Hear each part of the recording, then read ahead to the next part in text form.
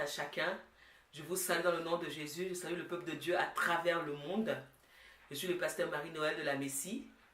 Et le Seigneur m'a mis à cœur ce matin de parler d'un thème pour la famille, un thème pour les frères et les sœurs, un thème pour les enfants, un thème pour les parents, la réconciliation.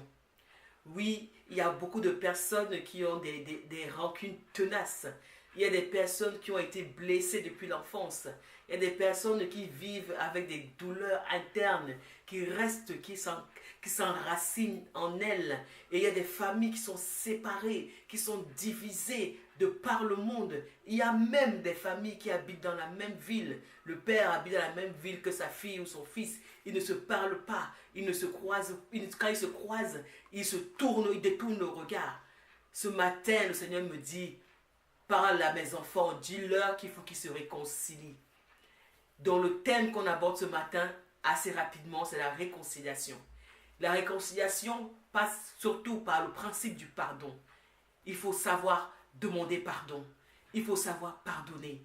Oui, parce que les liens amicaux, les liens familiaux sont tellement forts que lorsqu'il y a une douleur, la douleur fait très mal. Lorsqu'il y a une déception, la déception fait très mal. Lorsqu'il y a une trahison, la trahison fait mal. La Bible nous dit dans Matthieu 5 au verset 23, je lis la parole du Seigneur.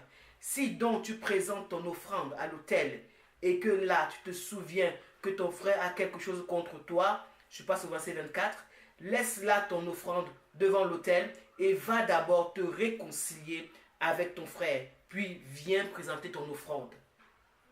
Mon frère, ma soeur, tu vas à l'église aujourd'hui. Si tu vas aller présenter ton offrande, déjà toi-même tu es l'offrande. Quand tu as déjà l'idée d'aller à l'église, tu t'offres à Dieu.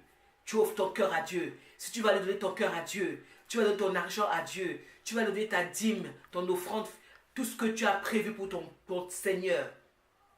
Avant de le faire, si tu te souviens que tu as offensé une personne, que tu as blessé quelqu'un, va, pose ton offrande, va d'abord te réconcilier. Il y a beaucoup de chrétiens qui louent, qui prient avec des blessures, avec des rancunes. Ce matin, l'Esprit du Seigneur te dit, réconcilie-toi. Pour te réconcilier, il faut savoir demander pardon. Allez voir la personne que tu as offensée. Si c'est ton père, demandez pardon à ton père. Si c'est ta mère, demandez pardon à ta mère. Si c'est tes enfants, demandez pardon à tes enfants. Si c'est tes amis, demandez pardon à tes amis. Et aussi savoir pardonner. Lorsque quelqu'un te demande pardon avec humilité, te demande pardon en reconnaissant son tort, pardonne. Dis Seigneur, donne-moi la force de pardonner.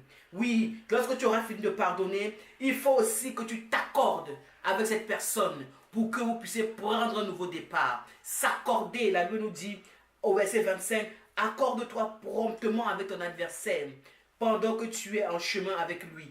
Accorde-toi avec les gens de ton entourage. Accorde-toi pour que tu puisses prendre un nouveau départ. Surtout les familles qui se séparent, le divorce, parce que quand les gens parlent, la parole, la bouche, la langue, la Bible nous dit que la langue est mauvaise, la langue de l'homme est mauvaise. Les gens se mêlent de ta vie de couple, les gens commencent à parler, et puis tu joues le jeu, tu dis des choses, après ces choses-là dépassent tes pensées, après tu te retrouves engagé dans l'engrenage du divorce et dans les situations de séparation, et tu oublies la vision du mariage, la valeur famille. Tu t'es marié pour le meilleur et le pire, pour le meilleur et le pire. Il faut supporter. Ce matin, je prie au Seigneur, prie avec moi. Dis Seigneur, que je m'engage dans mes relations pour le meilleur et le pire, que je m'engage dans mes relations pour le meilleur et le pire. Le vivre ensemble n'est pas facile, le vivre ensemble n'est pas évident, mais que je m'engage dans le vivre ensemble pour le meilleur et le pire, et que je sache demander pardon, je sache pardonner, je sache m'accorder avec mon entourage pour toujours être une chrétienne, un chrétien qui craint Dieu. Ce matin, nous parlons de réconciliation selon la parole de Dieu. Ici, on ne parle pas d'orgueil. Ici, on ne parle pas de fierté. Ici, on ne parle pas du moi. Parce que celui qui craint Dieu vit pour Dieu. Celui qui craint Dieu ne regarde pas ce que les gens vont dire, ne regarde pas ce que les gens vont parler. Regarde à la parole de Dieu. Que cette parole de Dieu te fortifie. Je la relis encore pour finir. Matthieu 5, verset 23 à 25.